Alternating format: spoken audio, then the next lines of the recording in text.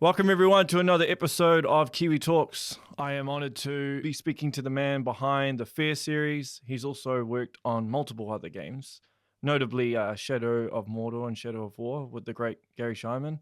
I'd like to welcome Nathan Grigg. How you doing? I'm well. Thanks for having me on. Appreciate it. No worries. I'm keen to know how everything came about with the F.E.A.R series, how you actually ended up being on it in the first place. I had come on to Monolith specifically as a composer, starting with Aliens vs. Predator 2. And so F.E.A.R was probably my fourth main game. We had a little bit of a spin-off off of No One Lives Forever 2, but I did, AVP 2, No One Lives Forever 2, Tron 2.0, Matrix Online. So that's, basically number 5 is F.E.A.R. 2005, when we released it, that was a really huge release year for Monolith because we released the Matrix Online, we released F.E.A.R, and we released Condemned Criminal Origins, and that was like the first launch title that we had done on a console platform for the 360. And so there's a big year for us. And so, F.E.A.R, the unique thing about it is that it was the first game I had worked on where there really wasn't any precedent in terms of expectations on, what it should sound like. Nulf 2 was a sequel.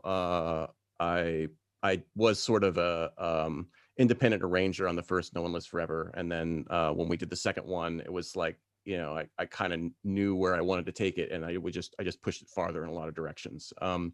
Tron 2.0, obviously I wanted to get a little bit of that classic Wendy Carlos thing, but then try to update it with,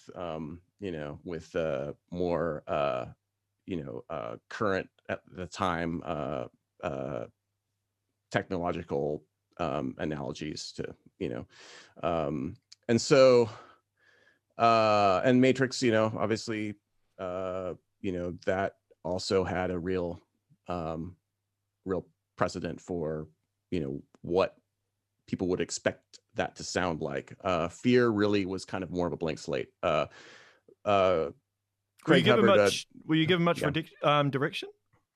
So I was originally approaching the score for F.E.A.R thematically, so that I would take a section of gameplay that was scripted, and then I would try to write a theme around it. And at one point, the designer Craig Hubbard came into my studio and basically said, "Can you make me a bunch of just subtle ambient loops, like a whole palette of them, and then I'm going to place them around the level as I design?" And I thought, well, that's an interesting way to take it. And so I sort of stood back from the more thematic work that I was doing, and then I basically created a series of these loops. And some of them are quite short. And we always kind of worry about repetition in games because you have you're trying to sustain a game through hours of gameplay, but you usually only have the time budget to write a certain amount, and so we're always trying to figure out a way to design our way around that. But in this case, the repetition didn't matter. In some cases, these loops are really,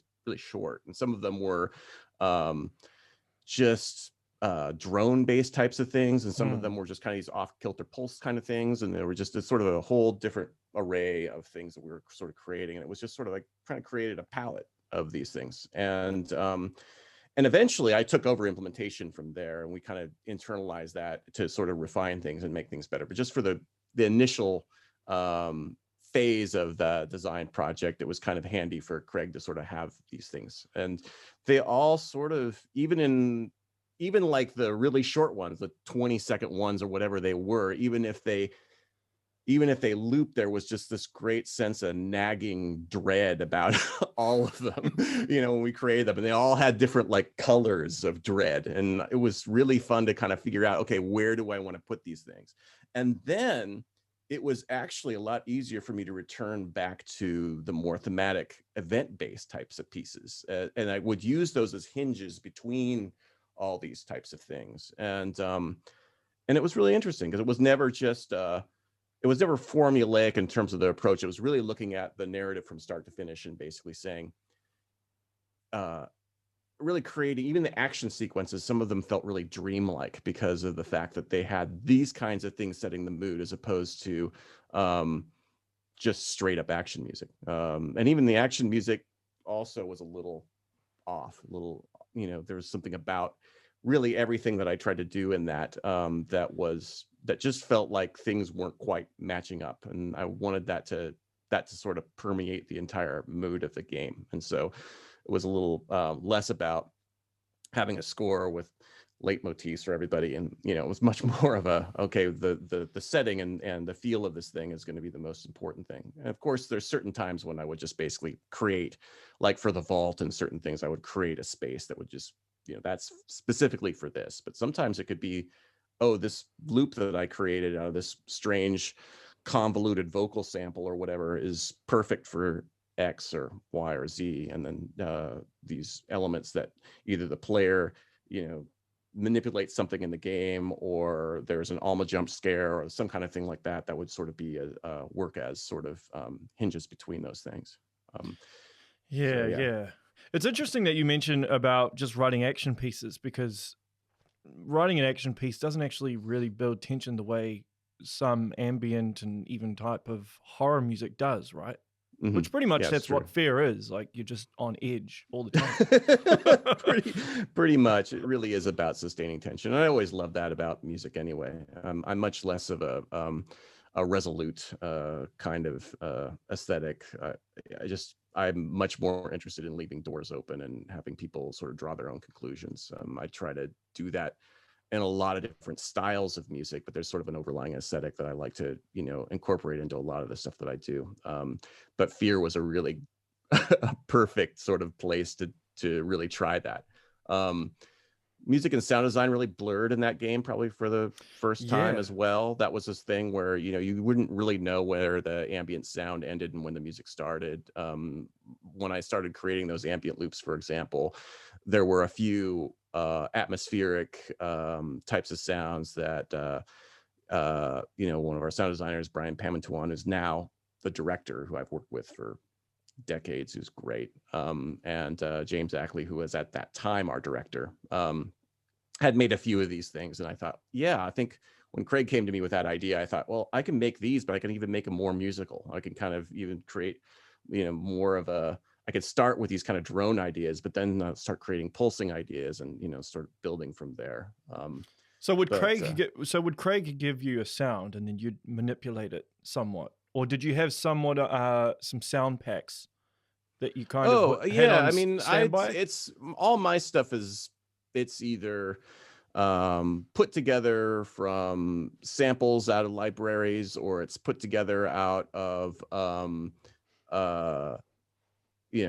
synthesis, or it's really just kind of anything I can get my hands on and think about it in a musical way. And so it could be, some strange animal sample out of a library, or it might be something that we did out of a field recording.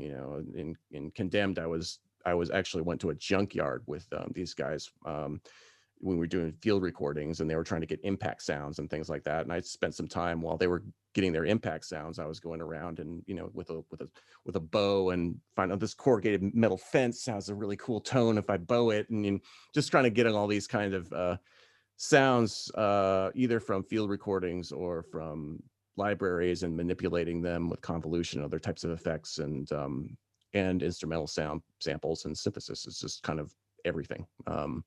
I think I heard a African or an Arabic kind of singing voice that was highly distorted. I really like my sources are really just kind of intuitive, and in that case there's not really any really great story behind the source. It really is just something out of a sample library, but then maybe the type of processing I used, either through a preverb or it was the first project I experimented a lot with convolution, and I wasn't using like straight up impulses when I was running those sounds through. I was running them through other sounds, and so I would use recordings of human screams as like a convolution impulse, so that you could run anything through it, orchestral stab or an animal sound or another voice speaking or singing, and then there would be like this sort of screaming reverb tail off of everything. Those kinds of effects I was experimenting with a lot. And in some cases in the loops, and sometimes I wasn't even using real-time convolution tools. I was just using like acoustic mirror or some really, simple thing that you just sort of process and cross your fingers and hope something cool comes out of it. So it was really, it was also a way to add more atmosphere to the source that I had, and create some tonal interest out of sounds that might have been traditionally just used texturally, and trying to find, pitch information out of those things, and how does that bridge from instrument to sound to, I've worked a lot in that way. Like, what do the sounds want to do? Because my mother's an artist, so she's a watercolor artist mostly. Of course, now she's been doing a whole lot of collage work now, which is also really amazing. But I remember growing up with her, and she'd be painting, and she'd paint with a lot of water.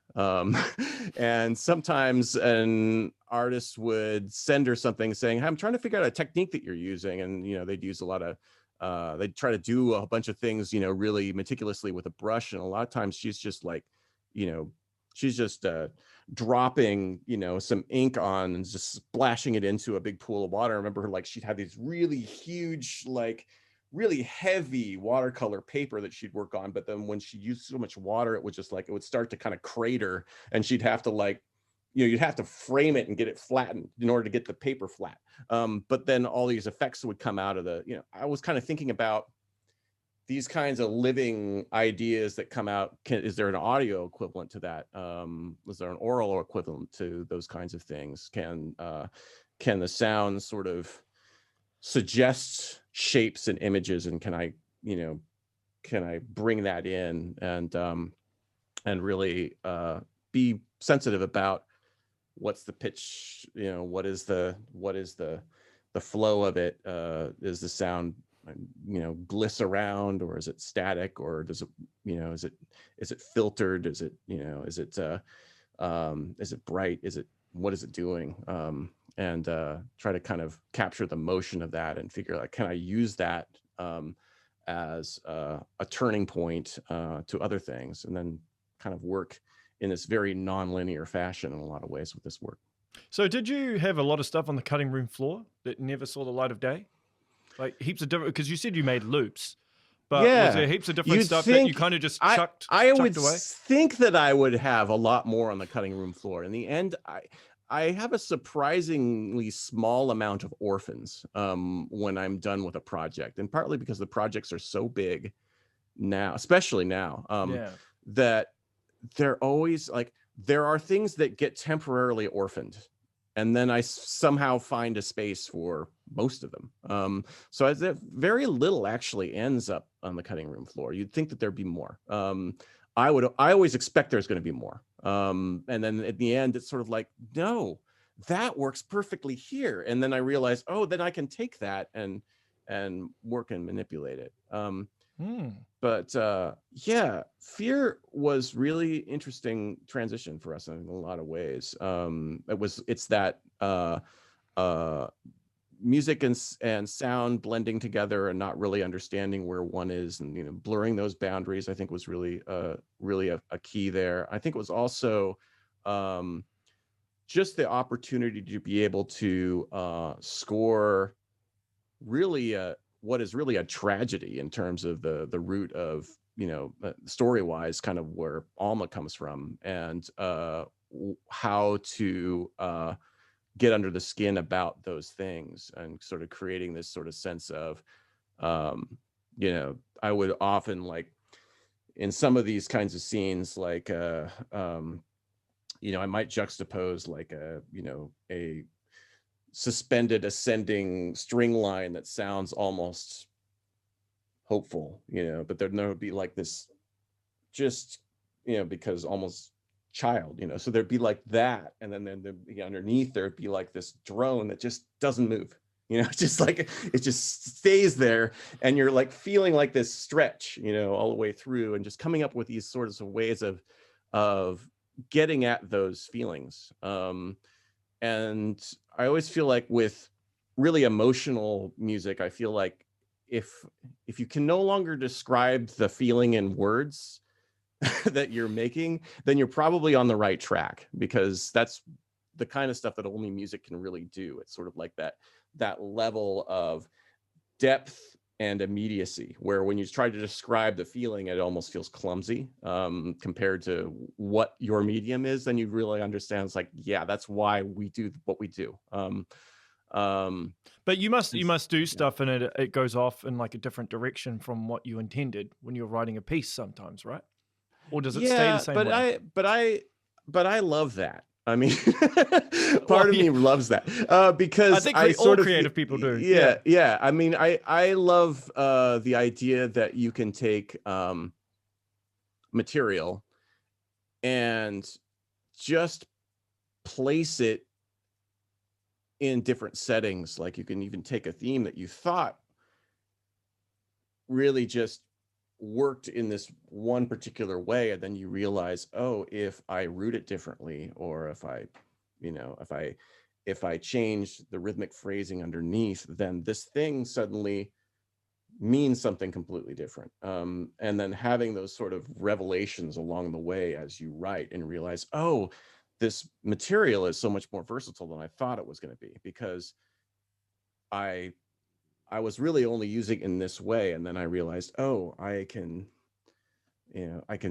flip it, and it's still the same. It's rooted in the same space, but then I've created a different setting to put it in, and then it becomes something more than I thought it was going to be. I think those moments are like when you say, oh yeah, some things it's not always kind of as you started out. It's like I welcome that, really. I think it's a really important part of the process.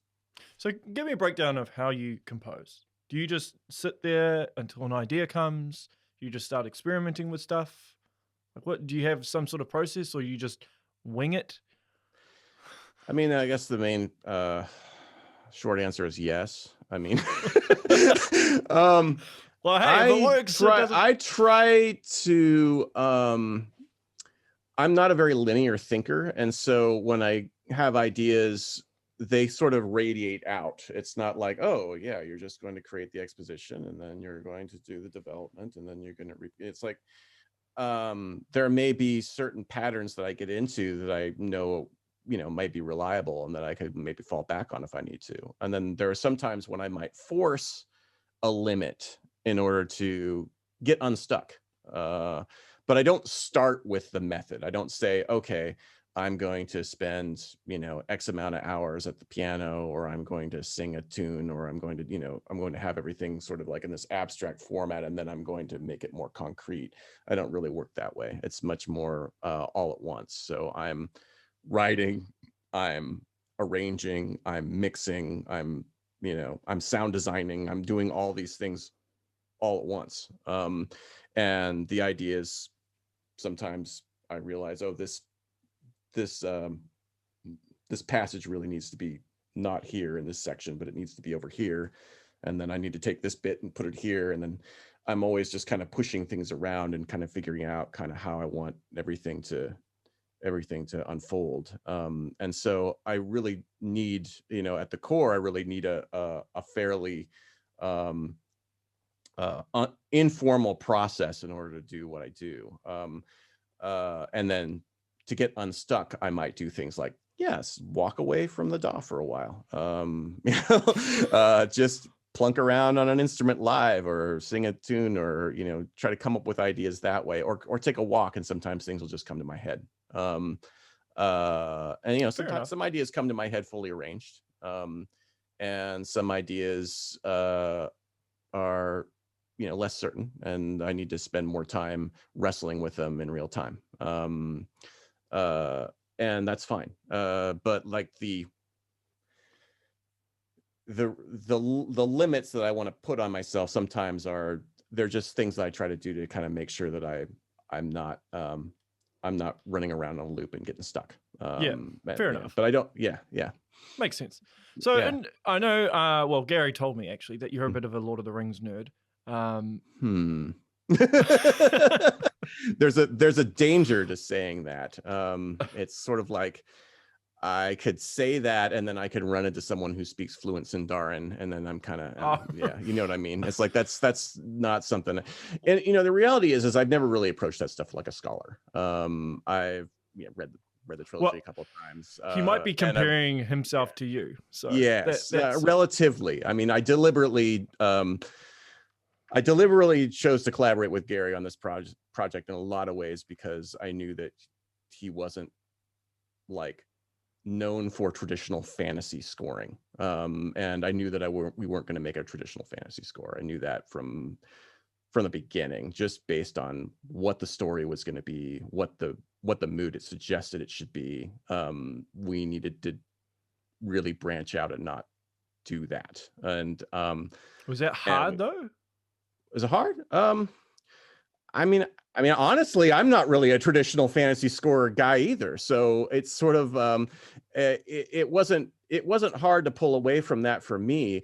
I mean, I always thought of like Howard Shore's music for the trilogy. I mean, like I said, I never approached that like a scholar. It was always just something that, we had the extended director's cut DVDs lying around the house, and our family would watch them over and over again. And so they're in my head, but they're not in my head like, I should follow these. I mean, it's a different story. It's a film. It's like, there's nothing really there other than the role model of, listening to that music, that Howard Shore was all in. You knew that Peter Jackson was all in. And so for me, that's just a great reference to say, yeah, let's be all in like that. But let's not imitate, because we're a game and and we have our own story and it's, it really needs something different. And so I think a lot of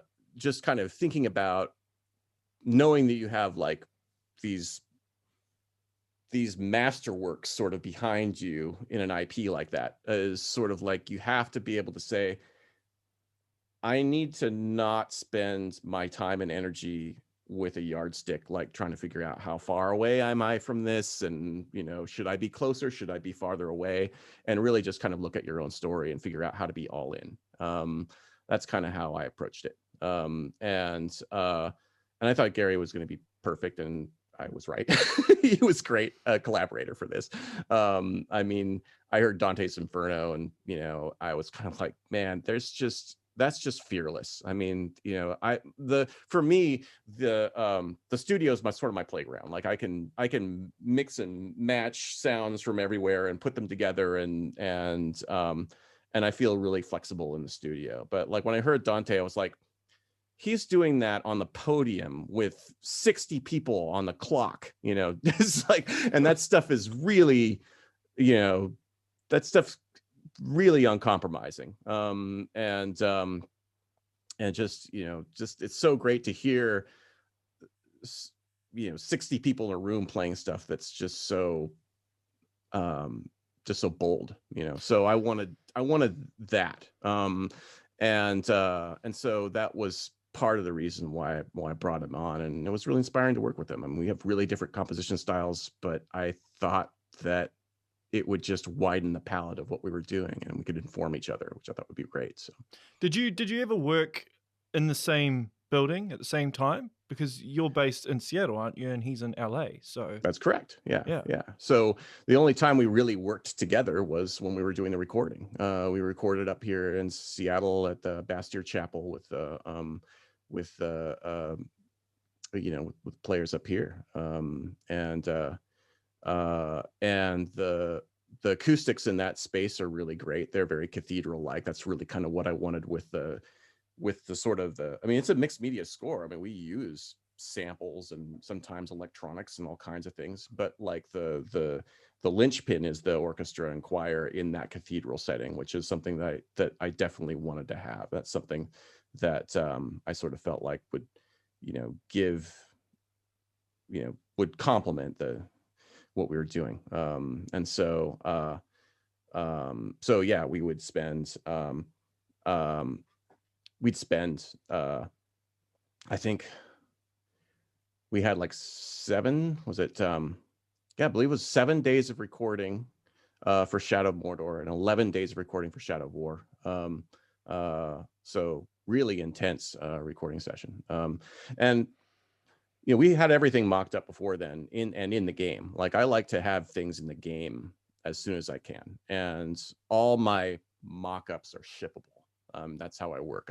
I want to be able to get the team excited on what I'm doing in the virtual space. So that doesn't matter whether or not my final medium is going to be virtual or whether that final medium is going to be live. I want people excited about the work, and I want people to hear it in context of the game. And so really at the end, it was just like, we're near the end of the project, and we're just swapping out those files and giving them that extra life. Well, one of the cool things I thought is the fact that you and Garry worked on it, but your music kind of blends. I don't think you can really tell who composed what piece, right? That's great. Yeah. So you know, I mean, you know, it's like I sort of feel like when you work with somebody for 5 years on 2 games, and you're using your ears, you're gonna get familiar with each other's language, and but then you're also going to be at the same time bringing all your unique things to the table. It was just as fun to delegate music to Garry as it was to write my own. I mean, it was like I made sure that we both had very prominent themes. I wrote the main themes to the games, but then I would have Garry do like major boss fights and like the theme to Gollum. I had to give Garry the theme to Gollum. I mean, it's like I totally wanted to hear what he'd do with that. You know, it's like, so there's always that kind of, you know, that kind of that, I don't know, that's just that kind of moment of inspiration, just thinking about, oh, I really want to hear what this mind will do with this. And in some cases it's just as fun to do that as it is to write. So would you write something and then maybe pass it to Garry, he'd work on it and then tweak it, and then he'd pass it back to you, and then you'd work on it again? Was there any type of collaboration like that, or would it be usually allocated as you focus on this thing, Garry it's usually allocated but not all the time. Like in some cases I would like when we were doing the Shelob themes for those cinematics with her reveal, like I wrote the original Shelob theme, and then there were certain scenes where I thought, you know, I'm gonna see what Garry does with this. And so he you know, he'd have that thematic that thematic information from the scene that I wrote, and then he'd elaborate on it. And it was also fun to sort of see how a theme would get developed. But we didn't do it too often because it does take a little bit more time, particularly if you're doing collaborative cues, because it's just that if you're doing collaborative cues specifically that are going to get recorded live, then you have that whole orchestration process where you have to sort of corral material from one session with the material from another session, and then you're trying to kind of merge them all together. It takes just more logistics to do that, and so you have to kind of pick and choose, you know, how much, you know, where you think that'll give you something really cool that you thought you might not be able to get with a single composer. Because did you do some work with Inon for War in the North, Lord of the Rings War in the North? Really my involvement in War in the North was pretty limited. That was really being kind of handled by a development team that had pretty much been running on its own steam for a while. But I did get to work with Inon on Guardians of Middle Earth, which was sort of our XBLA MOBA game, and there was even I hadn't even had an opportunity. Like he actually conducted a couple of cues that I had written for that game that unfortunately never saw the light of day because of some design changes. But he had there was just this really interesting opportunity at that time, because we weren't really planning on doing a lot of live recording, but then there was an opportunity where we could basically, he had like a session that was at Bastille where he was recording some other things, and there was some extra time at the end of it. And I thought, yeah, it would be really cool to, you know, get one of my cues or two, you know, together. And that was that was kind of fun. It was sort of like seeing Inon conduct my stuff. It was fun. Yeah. Yeah. And I suppose and that soundtrack has a bit more of the fantastical Howard Shore sound as opposed to Shadow of War and Shadow of Mordor. Well, War in the North does, yeah, for sure. Yeah. And Guardians to a certain extent also. I mean, Yeah. and yeah, I mean, it wasn't. It really was the Shadow games where I sort of felt like we're really going in a different direction, and that's kind of when I started doing my own exploration of what that should be, and then I brought in Garry to help push it in more directions. So does Warner Brothers like contact you now and then to work on additional games, or does someone else within those studios ask you, like say with Mortal Kombat 11, because I know you did a little bit of stuff for that. Yeah. Are you just approached by them, or you just like, hey, I'm it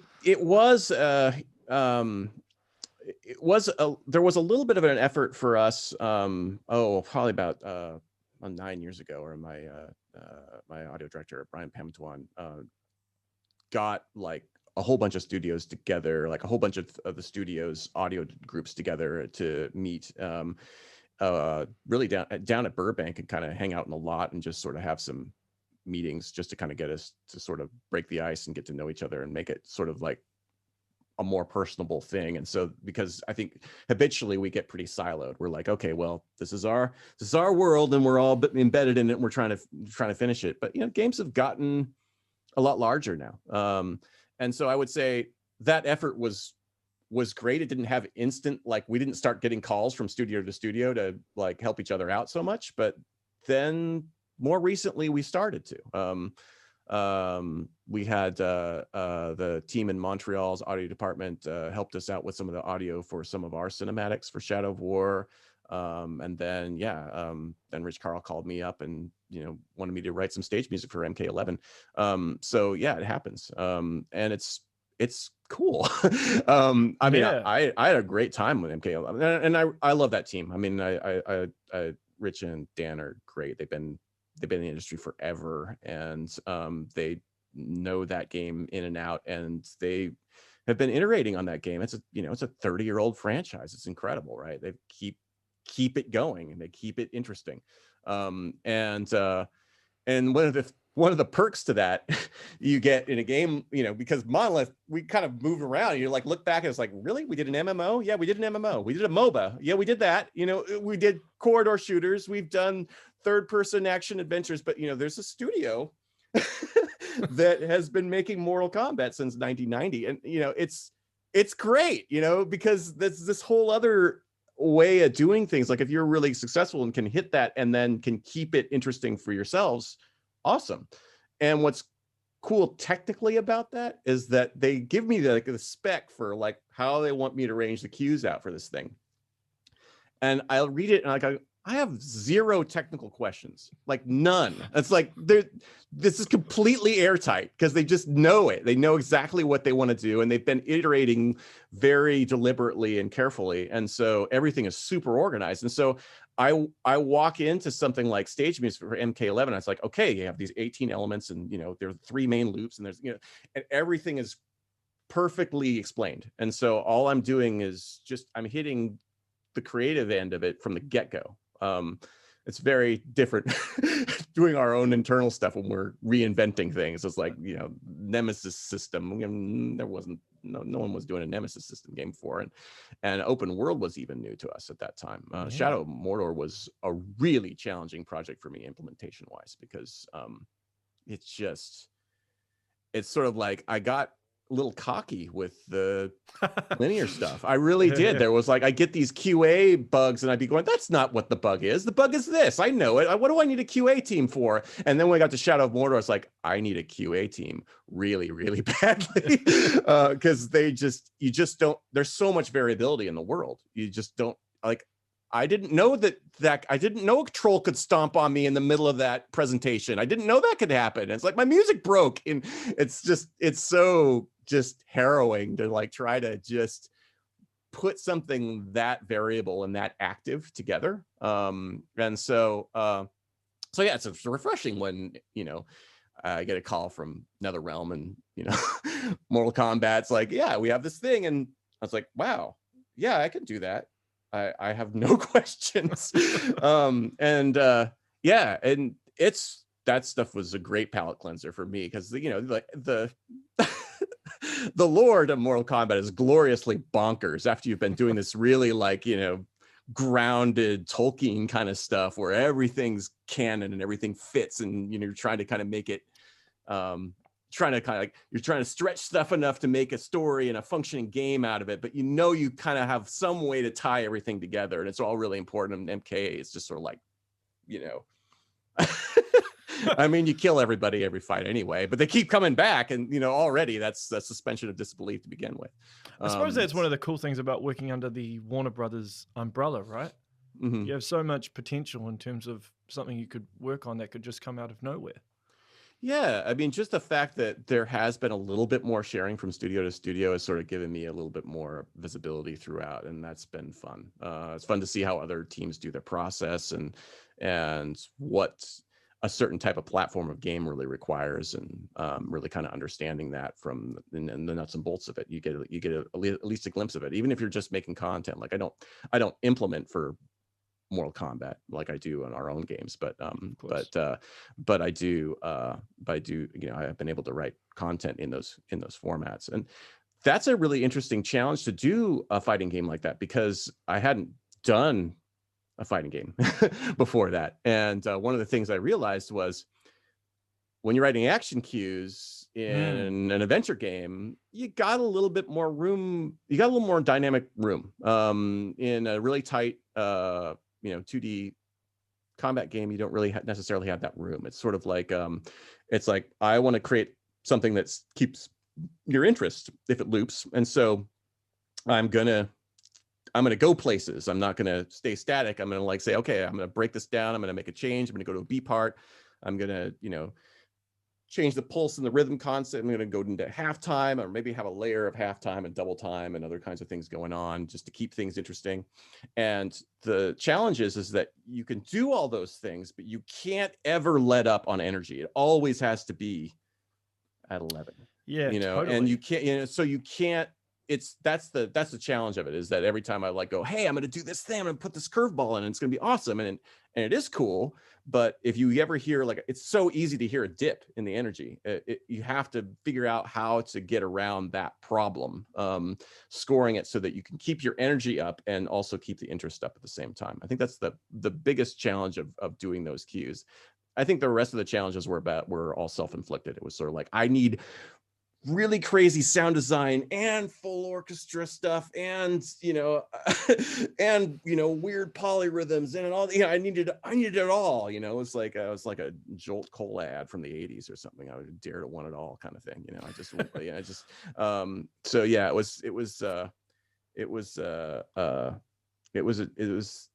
it's interesting. It's very dense music. I feel like if I ever got any feedback, it was like, just add something. I'm like, really? You want more? Okay. But yeah, for the most part, it was like, you know, one or two takes on something. They loved it, and they were really,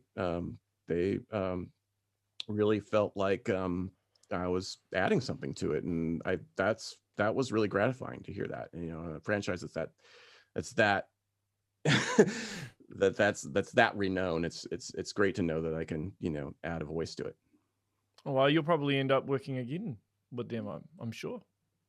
Most likely. Yeah. Because are the cues, so there'd be smaller cues than, say, something like Shadow of War, Shadow of Mordor, right? But they'd just be more exactly precise.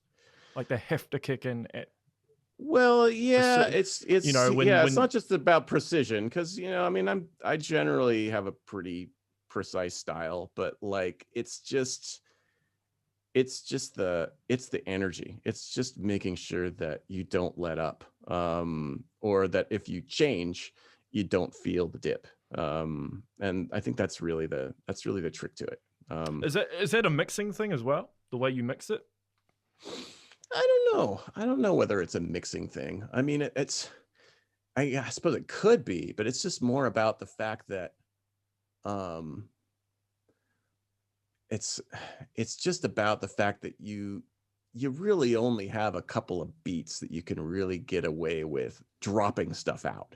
You know, it's sort of like, I got a cool drop in here. I got a breakdown, but my breakdown's only about 2 beats long, and then everything's got to come back in a different way. You know, it's like you just have to make sure that you don't feel that. And that's hard, is you don't want it to sound like monotonous and completely relentless. You gotta keep things pushing around. And I did a lot of stuff that was a little different too. I think one of the things that, I mean, I when I did the Chronica Hourglass thing, that actually takes there's breaks in it that actually take a theme from Chronica that Will Roger wrote. And Will lives here in Seattle, and we got together after the game shipped and had a really, really good talk. And yeah, he's great. But like, but there's like the first round of that theme, I basically said, you know, look at this. It's like this, Chronica keeps the sands of time in a giant hourglass, and it's in the middle of, you know, I'm like going, the atmosphere of this, I think, is actually needs to take precedent in the first round. And then later rounds, sure, we'll up the tempo, we'll rock it out a little bit more. But yeah, I made a track for that for the first round that was probably the slowest tempo that they've ever done in their games. And you know, Rich heard at first, it's like, at first I was like going, we can't do anything this slow, but then he's like, actually this is working. And I think a lot of it had to do with the fact that there was an implied tempo about it. In a way, it was sort of like a very slow, almost dubstep aesthetic to the rhythm of it being kind of the pulses being on the half note, but it being really down like 100 BPM, like, you know, so that it was just like this kind of tick-tock kind of thing going on in the background. But then the rhythm that was implied there is you could hear that there was some things kind of up in the 16th note area that some of the things would happen in terms of syncopation, things would hit in a certain way where you sort of implied that there was tension there as well. So there's a lot of this sort of layered approach I took to rhythms on that to sort of give people sort of a sense of manipulation of time. I did a lot of that stuff, particularly at that level. Did a lot of reverse effects and a lot of, like, you know, dead stops and things like that in that piece. But just being able to push on what is traditionally sort of expected in terms of tempo in a fighting game like that was also really kind of a cool thing. And to actually succeed at that, is it was definitely a little outside the norm. With video games becoming more cinematic, would you ever want to dabble more in the film space? I did a little bit, but I think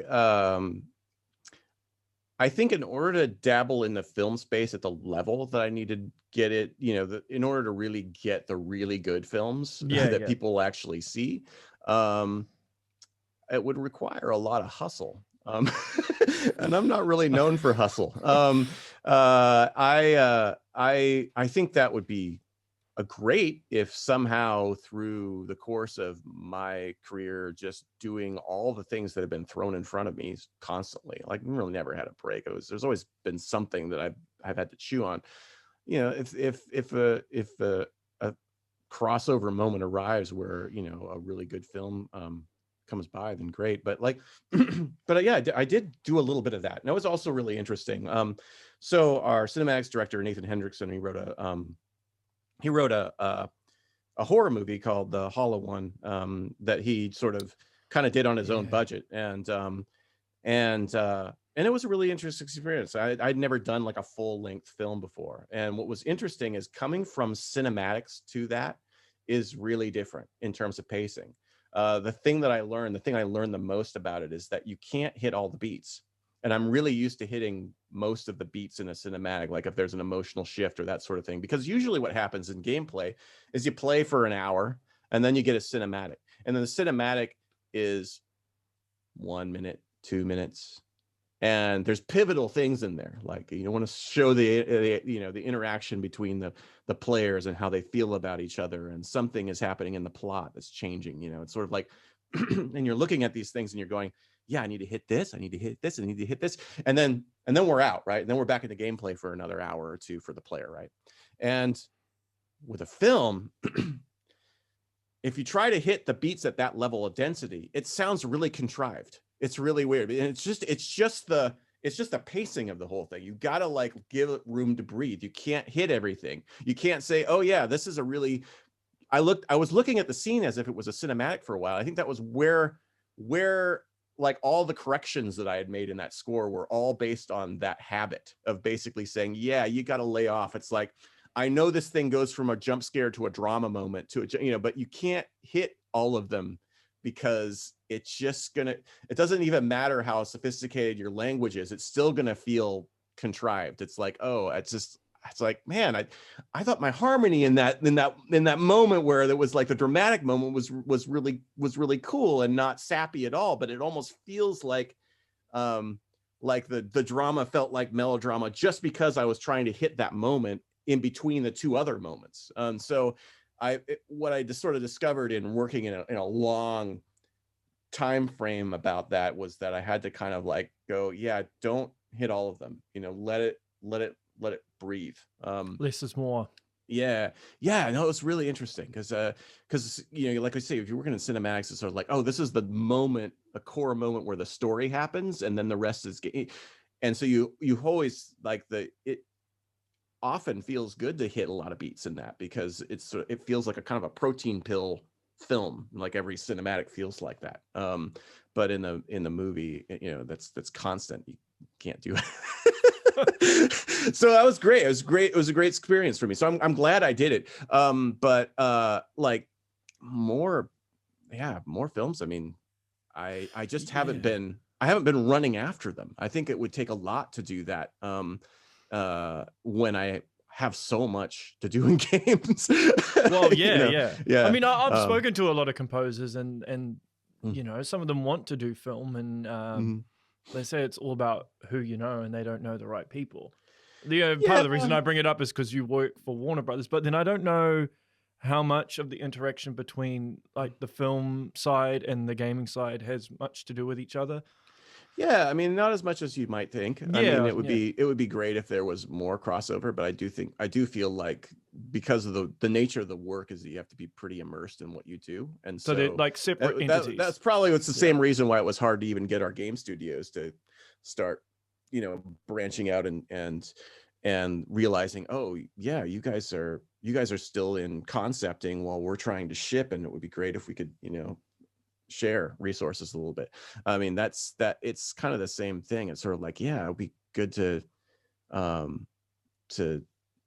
we have worked with some sound crews down in Burbank to like do certain things like field recording and some things like that for us. We've done some work with those folks too, but it's not like it doesn't feel like it's all just we're just this big pool that everybody shares from all the time. It feels like you gotta do a little bit of work to kind of connect. Yeah, because I think that's the perception to some people that you guys are just one massive studio and you all work together on everything. But right. I mean, you're so big. I don't know how. Well, yeah, as far as film, you know, like where I came from is I came out of college and my first gigs were game gigs, and it was an option for me to explore something that was a little less established. It was sort of a Wild West kind of thing in the 90s. I was doing Z80 chip music on Sega Genesis games in the early 90s, and so I mean, it's cool to have a career that spans that to full orchestra for Shadow of War. I mean, that's pretty great. It's like it's nice to kind of look at that whole thing and realize, oh, there's so many ways to make music for these things, and in some cases in the early years there were fewer ways to make music, and now now everything is super broad, and now chip music is retro cool again. You know, and like totally. There's artists that have like taken like, you know, MIDI files that I made from Microsoft in the 90s and remix them. And like, I'm just like going, wow, you know, it's like this is a whole cool world out there of people who are just experimenting around, just even on those old chips again. And the culture is different because it's not like those people have clients that are saying, I want things to sound like the CD. they're like really just pushing the limits of what a chip can do. And I think that's awesome, you know? Yeah. Well, that's the thing, yeah. because gaming now grosses more than film and television combined.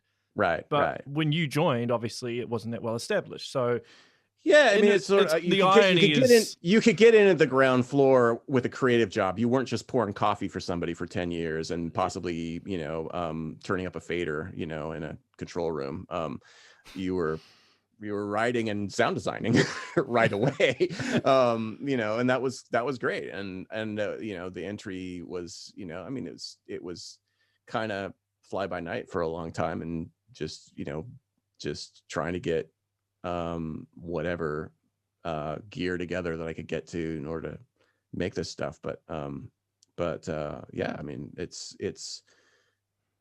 been rewarding to be part of the evolution of it, and just to see the methods expand out in all directions in terms of kind of how you approach things. Totally. Well, hey, you got an awesome CV now. Looks good, man. All the stuff you've worked on. Yeah. No, I like games. I like philosophically, I like games because I have an underlying aesthetic to what I do musically, which is I like listeners of my work to feel like they're participating, which is why I talk about things like, you know, ambiguity and not forced resolutions and those sorts of things that I kind of hold dear in my own process, to try to keep things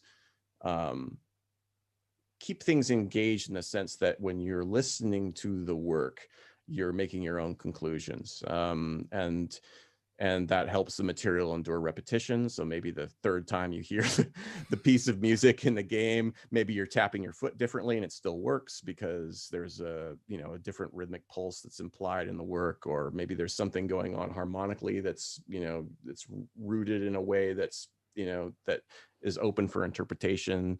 And these are just all kind of techniques that sort of implied over the years, just to try to kind of keep things open and to keep people wondering and to sustain a certain sense of tension and mystery in the work. And that maps to games really well.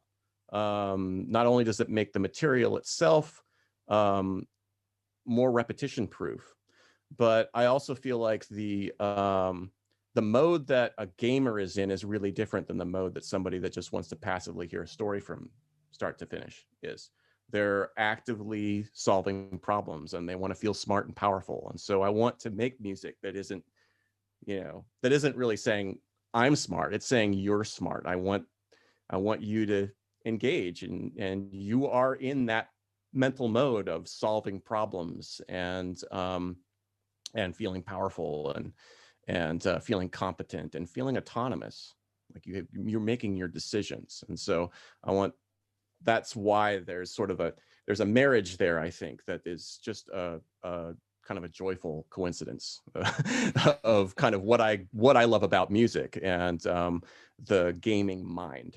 That's kind of how I think of it. Cool. Well, hey, I'm going to wrap up there. Nate, Thank this you. has been a pleasure. Thank you so much for doing this. Great talking to you as well. So where can everyone follow? Do you actually even use social media? No. Or you? No, I avoid it like the plague. Good man. I applaud you. It's not my thing. There's a story. I walked into my spinning class. Like this was after the Cambridge Analytica scandal happened, and there was like these 3-page printouts on all the exercise cycles. That was like a whole, like, you know, treatise on like how to delete your Facebook account. And I walked up to him with my printout and I said, I'm not on Facebook. And the coach like looked at me and said, you're a forward thinker. Like, that's the first time anyone has ever told me about social media. I am a Luddite when it comes to social media. I'm email only. But That's yeah, good though. I mean, yeah. But yeah, I mean, I try now and then. I will do certain things, like there might be an audio meetup I'll hear about that I'll kind of join in on. When we ship games, that's usually an opportunity for us to show up down at GDC, and so sometimes I'll do talks like that. I did one with Garry for Shadow of War back in the day, and so I do some of that as well. And yeah, I mean, I would say if I just keep in touch with me. I'm curious. I'm also on LinkedIn, so there's that too. Yeah. So people connect to me that way. And I suppose people can always listen to your stuff on YouTube and probably Spotify, I'd imagine. Yeah.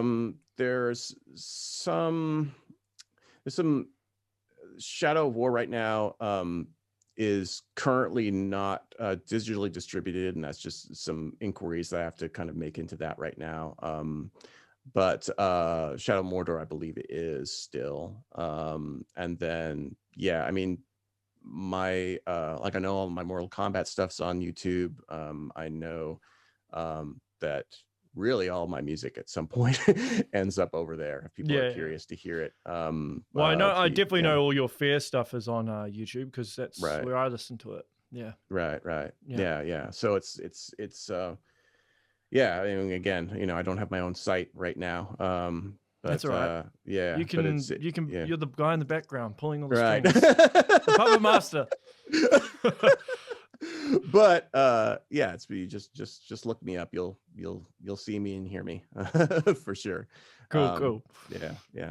All right. Well, that's the show, everyone. Make sure you share, like, and subscribe, and stay safe. Until next time. See you later. Thank you.